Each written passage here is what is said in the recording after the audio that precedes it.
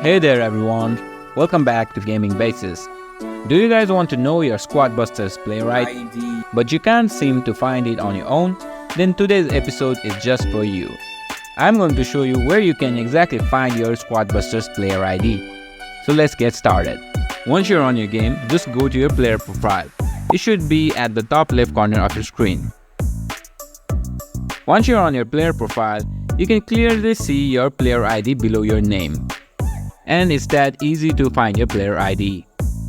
Now you can share that ID with your friends so they can add you on the game. So get ready to climb the ranks and become a legendary with your besties.